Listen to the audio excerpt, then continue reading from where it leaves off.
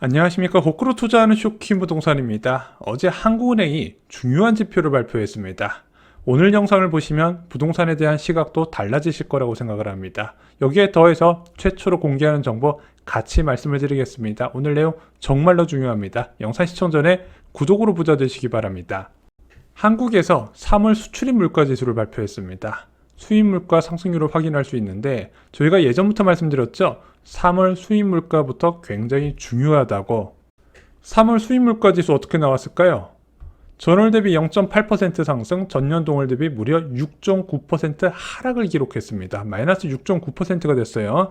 전월에 마이너스 0.7%, 1월에 1.9% 상승, 그리고 2월에 8.7% 상승이었는데 3개월 만에 분위기가 완전히 바뀌어버렸죠. 자, 이것도 원화 기준이고요. 계약 통화 기준으로 마이너스 12%가 나왔습니다. 만약에 현재 원달러 환율이 1100원대 수준에서 안정됐으면 수입 물가 상승률은 마이너스 12%까지 나올 수 있었다는 거죠.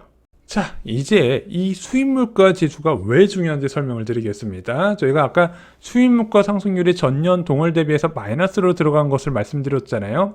자, 수입 물가가 전년 동월 대비 마이너스로 들어간 경우 꽤 많이 있었습니다. 2014년부터 2016년 말까지 있었죠. 자, 이때 어떤 시대였죠? 삼저 시대였죠. 삼저 시대에 따른 저금리 정책이 있었습니다. 그래서 이주호랑 은행 총재가 취임하자마자 기준금리를 1.25%까지 낮췄던 게 바로 이 삼저 시대였어요. 유럽 재정 위기에 이은 전 세계 이제 경제 쇼크, 저성장, 저물가, 저금리 상황이 이어지다 보니까 이제 거의 파격적으로 금리를 낮추면서 대응을 했었죠. 자, 그리고 나서 또 수입 물가가 마이너스로 크게 하락했던 적이 언제가 있었다? 2019년 말에 하반기에 수입 물가 지수가 큰 폭의 하락세를 보입니다. 이때 뭐가 있었냐면 미중 무역 전쟁이 있었습니다. 자, 미중 무역 전쟁으로 미국이 통화 정책 긴축 방향을 완전히 바꿔버려서 금리 인하로 대응했죠. 대한민국도 두 차례 금리 인하하면서 집값이 폭등했던 게 바로 이 시기입니다.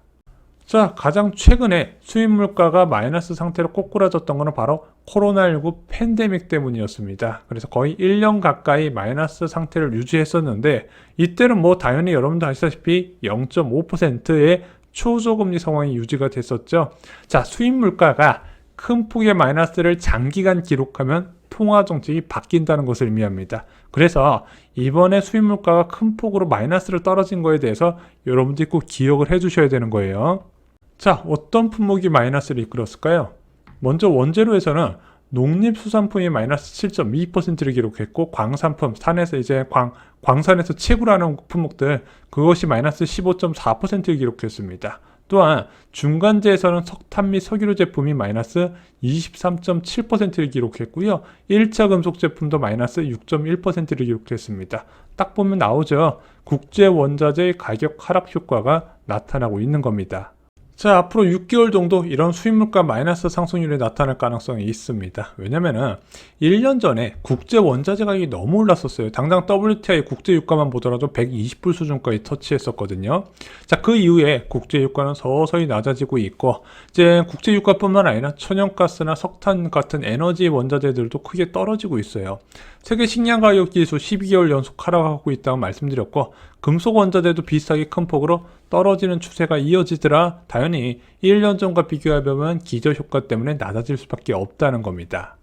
국제유가 불안이 재현 안 된다면 빠른 물가 하락이 예상이 되고 있습니다. 자, 4월 3일날 발표됐던 3월 CPI 4.2% 상승을 했잖아요. 근데 다음 달이나 다다음 달에는 3%대도 가능할 것으로 보여집니다. 물론 여전히 그런 CPI가 높은 수준을 유지하고 있겠지만 지금 대한민국은 경기 침체를 제대로 맞아서 수요 위축까지 동반되고 있거든요. 그래서 공급층 인플레이션 압력과 수요층 인플레이션 압력이 동시에 완화되는 흐름을 보여서 시차를 두고 먼저 CPI가 먼저 떨어지고 근원 CPI도 차츰차츰 낮아질 거라고 말씀을 드렸습니다. 물론 두 가지 변수는 남았어요. 국제유가 급등할 수 있죠. 감산에 따른. 그리고 공공서비스 요금 인상도 아직까지 확정이 되진 않았지만 일단은 그 추세 자체는 바꾸지 못할 거라고 보는 거죠. 자, 이렇게 물가가 하락하게 되면 금통위 내부에서도 지금도 매파적인 발언을 쏟아내는 이창원 총재도 조금 달라질 것으로 보여집니다. 왜냐면은 지금은 이제 4%에서 6% 정도 물가 상황에서는 솔직히 물가 안정 목표제 2%를 한참 웃도는 수준이잖아요. 물가부터 때려잡자 뭐 금융 안정성이나 뭐 아니면은 성장률 이런 거 다 제쳐주고 물가부터 잡아야 된다는 겁니다. 하지만 실제적으로 물가가 한 2에서 3%대로 낮아지게 된다면 자 그때부터 야 경기를 좀 생각해야 되는 거 아니냐 비둘기파의 목소리가 서서히 나온다는 거죠. 자, 한국뿐만 아니라 미국도 마찬가지입니다. 물가 선제지표에서 뚜렷한 하락 추세를 보여요. 자, 4월 10일 날 발표된 3월 CPI에서 5.0% 상승률을 기록했죠. 무려 한 달 만에 1%포인트나 낮아졌습니다. 자, 그럼 다음 달 물가는 어떻게 될 것인가? 미국 생산자 물가지수를 참고했는데 2.7% 상승한 것으로 나왔습니다. 전월에 4.9%보다 2.2%포인트 떨어진 거예요. 얘가 한참 높을 때는 11.5%까지 올라갔었습니다. 그게 2%대로 뚝 떨어졌네? 야, 그러면은 앞으로 물가가 높아질까 낮아질까? 낮아질 가능성이 훨씬 크다는 거죠. 근원 PPI도 크게 낮아졌습니다. 근원 생산자 물가지수 3.4% 상승한 것으로 나왔습니다. 전월 4.8%에 비해서 한참 떨어졌어요. 에너지 가격 제외에도 상품 서비스 도매 가격 하락이 영향을 받고 있구나. 자, 그래서 앞으로 1, 2개월 뒤에 미국 CPI가 뚝 떨어질 가능성 여기서 나타나고 있다는 겁니다. 자, 그동안 미국을 이끌었던 강한 수요도 점차 힘을 잃어가는 게 지난 금요일 지표에서 나왔습니다. 3월 소매 판매가 나왔는데 전년 대비해서는 2.94%, 예측치 5.9%의 절반 수준이 나왔고요. 전월 대비해서는 마이너스 1.0%가 나왔습니다. 이전치 마이너스 0.2%보다 낙폭을 크게 확대를 했다는 거죠. 게다가 지금 수요 둔화 조짐이 좀 보이는 게 미국 그동안 그렇게 뜨거웠었던 고용지표에서 좀 변화가 나타나요. 미국 주간 실업수당 청구 건수에도 23만 9천 건, 그 전에 20만 건 이하에서 한참 동안 유지되다가 지금 20만대 초반으로 점진적으로 늘어나는 게 보이고 있다는 거죠. 이것이 무슨 의미가 있을까요? 조키부동산이 아파트 가격을 전망할 때 체크하는 두 가지가 있습니다. 첫 번째는 장기 전망이 있고 단기 전망이 있습니다. 자, 장기적으로 집값이 어떻게 될지 어떻게 예상을 한다? 통화 정책의 변화를 봅니다. 금리 인상 사이클로 접어들지 금리 인하 사이클로 접어날지 정말로 중요하거든요. 자, 그 사이클을 어떻게 할 수 있다? 물가를 체크하면 되는데 저희가 말씀드렸던 수입 물가에서 변화가 시작이 됐다는 겁니다. 물가 선제 지표에서 나타나기 때문에 곧 이제 CPI나 이제 미국 같은 경우는 근원 PC 같은데 서서히 나타나게 될 거예요. 그럼 통화 정책이 바뀔 가능성이 있다는 겁니다. 단기 전망은 뭘 보나요? 거래량이나 전세, 대출이나 예금금리, 강남 재건축 시세 등을 참고하게 됩니다. 근데 이 중에서 가장 중요한 게 무엇일까요? 거래량입니다. 자산 가격은요, 매수자가 존재할 때 형성이 됩니다. 자, 불과 1년 전까지만 해도 비트코인 버블이 붕괴된다는 이야기 많았는데 지금 비트코인 3만 불 넘어버렸죠. 자, 올해 들어서 80% 급등을 했습니다. 얘가 왜 뛰었냐? 사는 사람이 있기 때문에 가격이 형성된 거예요. 비트코인이 올라갈 거라는 기대를 갖고 사는 사람들이 열심히 사다 보니까 이렇게 가격이 올랐더라. 자, 아파트는 어떨까요? 자, 언제나 버블 논란이 있는 서울 아파트 거래량 오늘 한번 체크해 보겠습니다. 자, 서울 아파트 거래량 3월 달에 2,626건이 등록됐습니다. 이 중에서 280건 빼야 된다 말씀드렸죠. 자, 임대 아파트 매입이나 법인 거래 같은 특수한 거래가 있었기 때문에 280건을 제외하고 봤더니 3월 거래량은 2월 거래량보다 13% 정도 많을 가능성, 그래서 3월 아파트 거래량은 2,700에서 2,800건으로 추정이 됩니다. 자, 더 중요한 것은 4월은 어떻게 될까요? 자, 3월 아파트 거래량까지 살짝 늘다가 4월부터 뚝 떨어지면 또 데드캣 바운스 논란이 커지겠죠. 4월 14일 기준 4월 아파트 거래량을 봤더니 4월에 314건이 등록됐습니다. 이게 많은지 적은지 알 방법이 없잖아요. 그래서 쇼킹부동산에서는 3월 14일 기준 3월 아파트 거래량과 비교해 봤더니 오히려 100건 정도가 더 늘어났네? 그러면은 앞으로 이게 막 50% 더 늘어난다고 확답할 수는 없지만 적어도 4월 아파트 거래량 늘어난 추세가 3월보다는 적지 않겠구나, 3월보다 더 증가 추세가 있겠구나 예상이 가능한 거죠. 설마일까요? 경기도도 3월보다 4월이 더 많이 늘어나고 있는 추세입니다.